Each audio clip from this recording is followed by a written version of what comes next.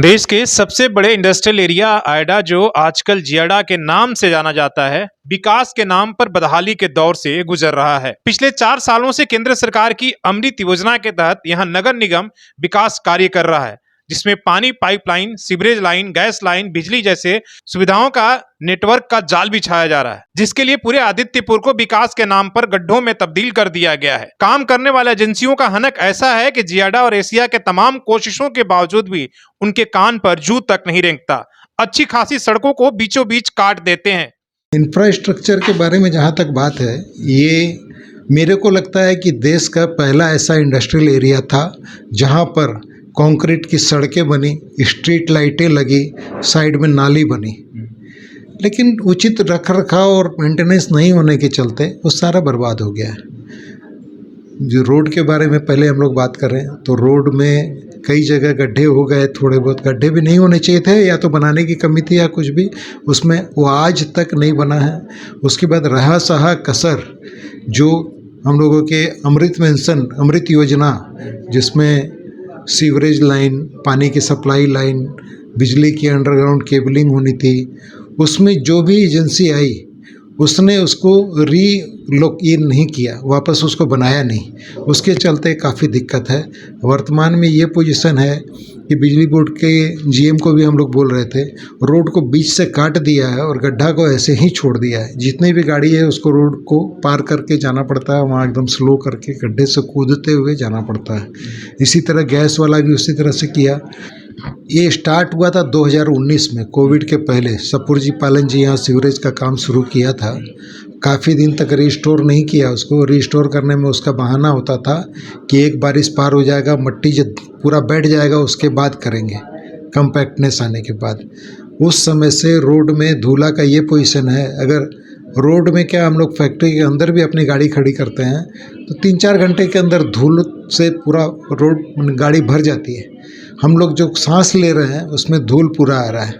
पर्यावरण हम लोगों को फैक्ट्री के अंदर बोलता है पक्की रोड बनाइए, धूला नहीं उड़े। माल जो ट्रांसपोर्ट करते हैं उसको भी ढक के कीजिए, किसी तरह का भी प्रदूषण नहीं हो, वायु प्रदूषण नहीं हो। तो यहाँ रोड पर पूरा प्रदूषण हो रहा है और लोग धूला खा रहे हैं, उसकी सुध लेने वाला कोई नहीं है। एक तो फ़र्क पड़ा है, पहले जियाडा में लोकल एडमिनिस्ट्रेशन को, जो भी एमडी रहते थे आयडाक में, उसको हम लोग बोलते थे, वो आके इंस्पेक्शन करके देख लेते थे और काम हो जाता था। उसके बाद टेंडर होता था, काम हो जाता था।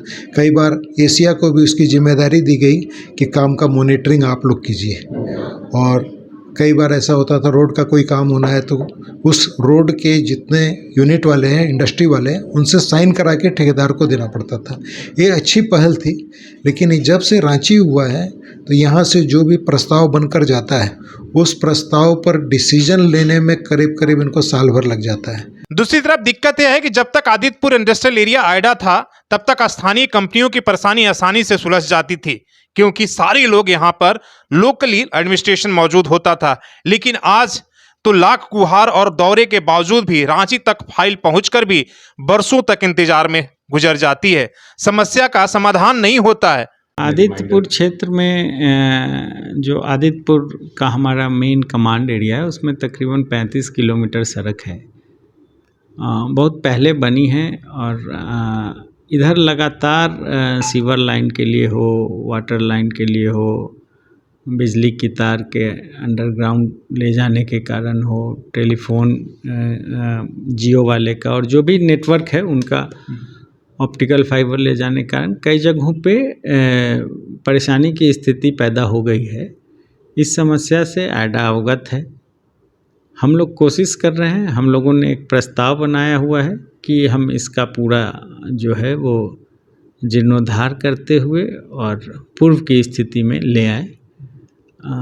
संभवतः अगले कुछ दिनों पर इस पर कार्यादेश मिल जाने की संभावना है।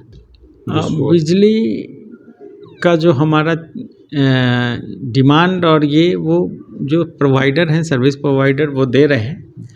अगर किन्हीं को स्पेसिफिक दिक्कत हो रही है, वो हमसे संपर्क कर रहे हैं, तो हम उनको फैसिलिटेट करते हुए उनका संयोजन करा रहे हैं। ऐसे में हमारी सरकार निवेश का सपना और रोजगार देना कैसे देगी और ये सपना कैसे पूरा होगा, ये सोचना होगा। सोशल संवाद ब्यूरो रिपोर्ट, झारखंड।